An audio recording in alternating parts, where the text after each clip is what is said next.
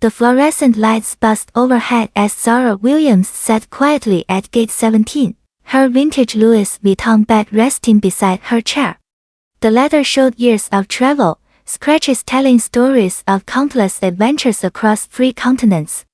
She adjusted her simple black dress and glanced at her boarding pass. First class, seat RA. Oh my goodness, look at that bag. Kim Patterson, the lead flight attendant, pointed directly at Zara with a cruel smile. Did someone fish that out of a thrift store dumpster? Passengers nearby turned their heads, some chuckling nervously. A businessman in an expensive suit snorted with laughter. 2 college students pulled out their phones, filming as Kim continued her performance. Seriously, how did security even let that thing through? It looks like it survived the tornado. Kim's voice carried across the waiting area, drawing more stares and whispers. Zara remained perfectly still, her dark eyes calm and focused. She pulled out her phone, typed a quick message, then placed it face down on her lap. A small smile crossed her lips as she watched Kim continue the show, completely unaware of what was coming next. First-class passengers, please board now, Kim announced through her headset, her eyes scanning the line forming at the gate. When Zara approached with her boarding pass, Kim's expression turned sour. Excuse me, ma'am, there must be some mistake. This is first-class boarding.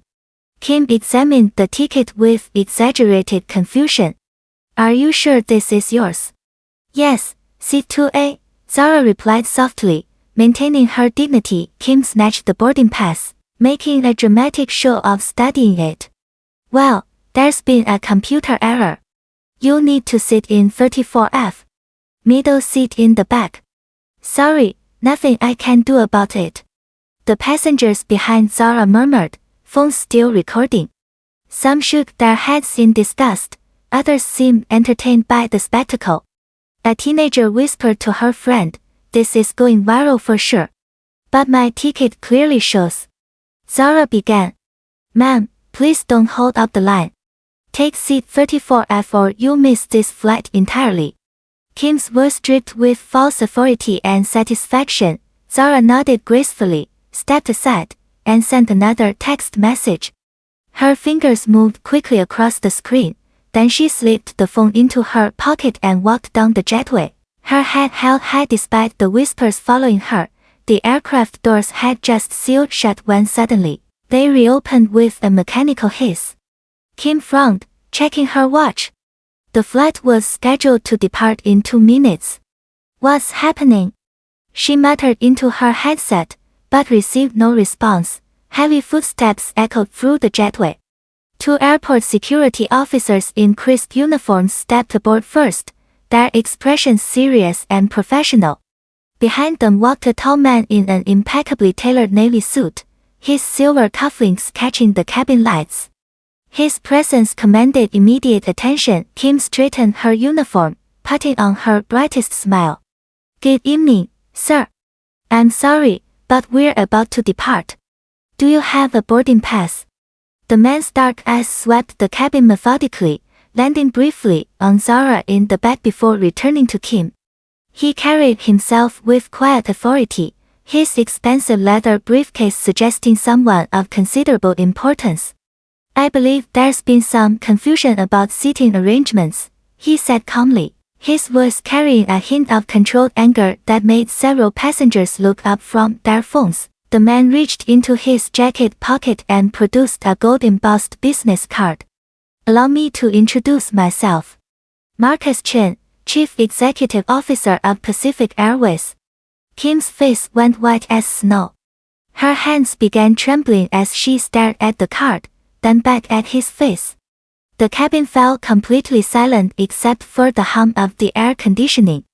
Now then, Marcus continued, his voice steady but ice cold, I'd like you to explain why my wife, Dr. Zara Williams Chen, was forced to surrender her first-class seat and endure public humiliation. Kim's mouth opened and closed like a fish gasping for air. Her eyes darted frantically between Marcus and Zara, who was now standing up from her cramped middle seat, smoothing down her dress with elegant composure. Your wife. Kim stammered, her voice barely audible.